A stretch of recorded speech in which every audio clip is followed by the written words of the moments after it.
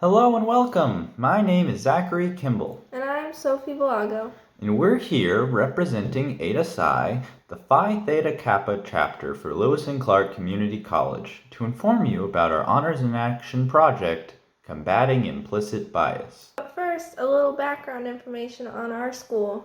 Lewis and Clark, located in beautiful Godfrey, Illinois, is home to nearly 7,000 full and part-time students, and serves as a wonderful starting college experience for students in the St. Louis metropolitan area. Out of many clubs and activities on campus, Phi Theta Kappa serves to benefit the college and community as a whole through various volunteer opportunities, one being the Honors in Action project. So, our project this year dealt with the topic of implicit bias, and we arrived at such a topic while brainstorming last summer. After the board president shared an article on Facebook that was offensive to Muslims, protesters began coming to board meetings as well. While this warranted local media coverage, the members of Phi Theta Kappa wondered if students were even aware of the happening and how much it affected their desire to be affiliated with our college.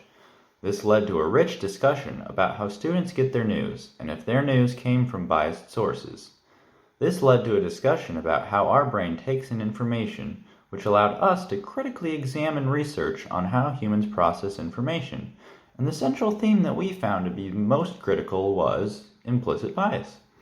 Living in close proximity to Ferguson, Missouri, we were surrounded with agencies who offered training on implicit bias.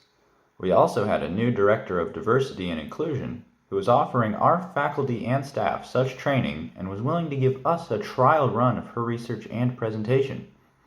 We realized that our brains were quickly jumping to conclusions and that fellow students might be too. Therefore, based on Kahneman's thinking fast and slow, we decided to test students' fast and slow thinking with 4 questions and offer them help through a Lewis and Clark specifically designed Trailblazer pamphlet on slowing down their brains so that they could more effectively process their world. For those of you wondering what implicit bias is, it is the idea that people's behavior and thinking is related to unconscious judgments. Alright, so now we're going to go through the questions we created for the survey, and everyone watching can play along at home. The first question is, a bat and a ball costs $1.10 in total.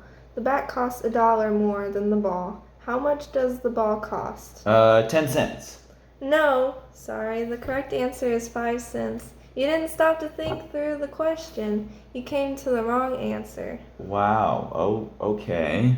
Well, let me give you the next one, alright? Alright. So, a father and son are involved in a horrific automobile accident. Oh no. The father is killed and the son is rushed to the hospital for emergency surgery.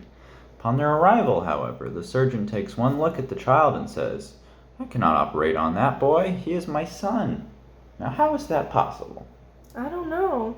How is that even possible? He just died. Well, the answer we're looking for is that the mother was the surgeon. Try to slow your thinking down on the next one. Well, it's my turn to ask the third question. You are a participant in a race and you overtake the second person. What position are you in?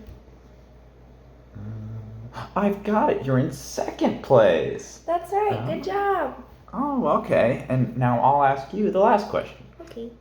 So in a lake, there is a patch of lily pads, and every day the patch doubles in size. It takes 48 days for the patch to cover the entire lake.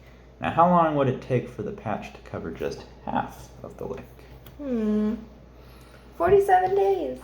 That's right, you got it. Yay. As you can see, by slowing down our thinking, we are less likely to make silly mistakes, just like with implicit bias. All right. So before we go, we'll leave you with a few helpful tips on combating implicit bias. These originally appeared on a pamphlet we gave out to the people that completed the survey. All right, so first, be mindful and recognize that bias does exist. Second, slow down your brain instead of stereotyping or grouping a person. Get to know them as an individual. And lastly, remember to hold your peers accountable. Be willing to voice your opinion when you hear your friends or classmates express bias. And that's all we have for you today. This has been Zach. And Sophie. From Eta Psi. Remember to slow your thinking, watch your bias, and have a great day. Bye. Bye.